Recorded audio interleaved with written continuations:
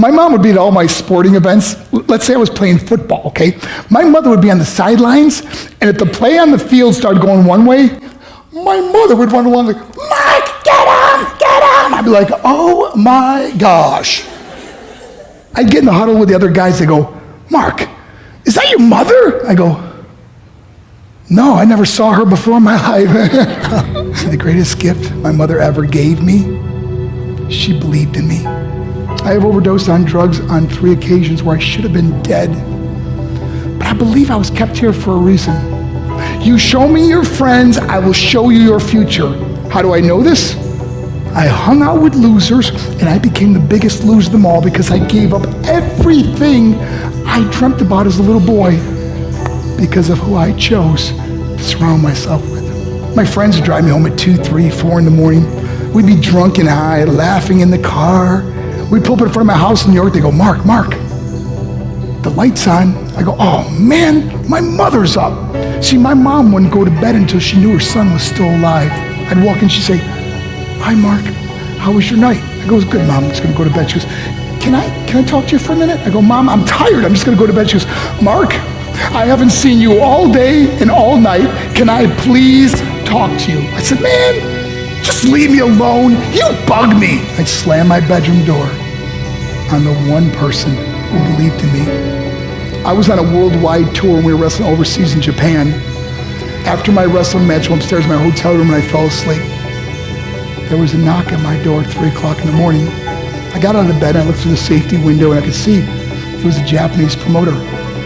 So I opened the door and he said, Mark, you need to call home. There's been an emergency. I went and got on the hotel room phone. I called back to the United States. I said, hey, what's going on? He said, Mark, I don't know how to tell you this. I said, just tell me what happened. All of a sudden they started crying. They go, Mark, I can't tell you. I said, just say it. He said, Mark, your mother died. I just threw the phone down. I ran out of my hotel room. I took the elevator to the lobby, and when the doors opened up, I just ran out into the street. I mean, there was no cars, there was no people. It was 3 o'clock in the morning.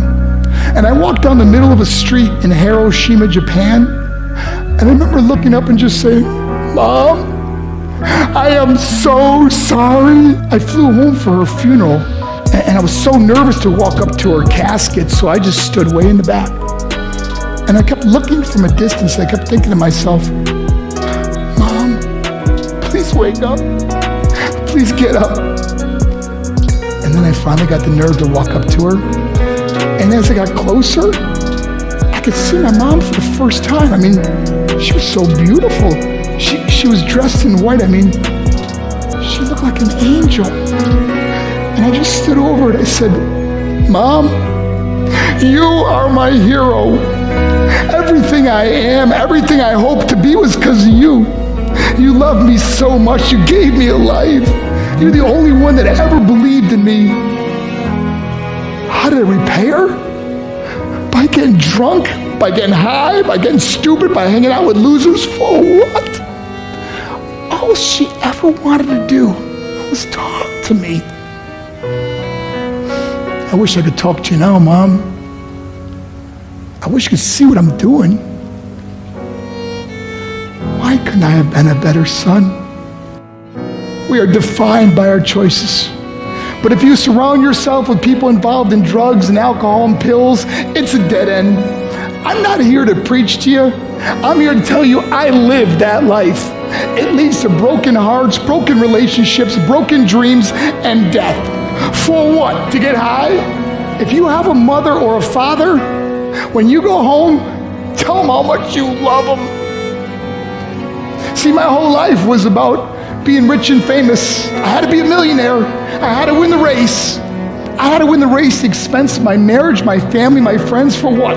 To be all alone in the world? I learned what is truly important, and that is how precious this gift of life is, and our families, and how quickly it can be taken away. See, I no longer live in time. I live in moments. See, it's not what's in your pocket that matters. It's what's in your heart that truly matters.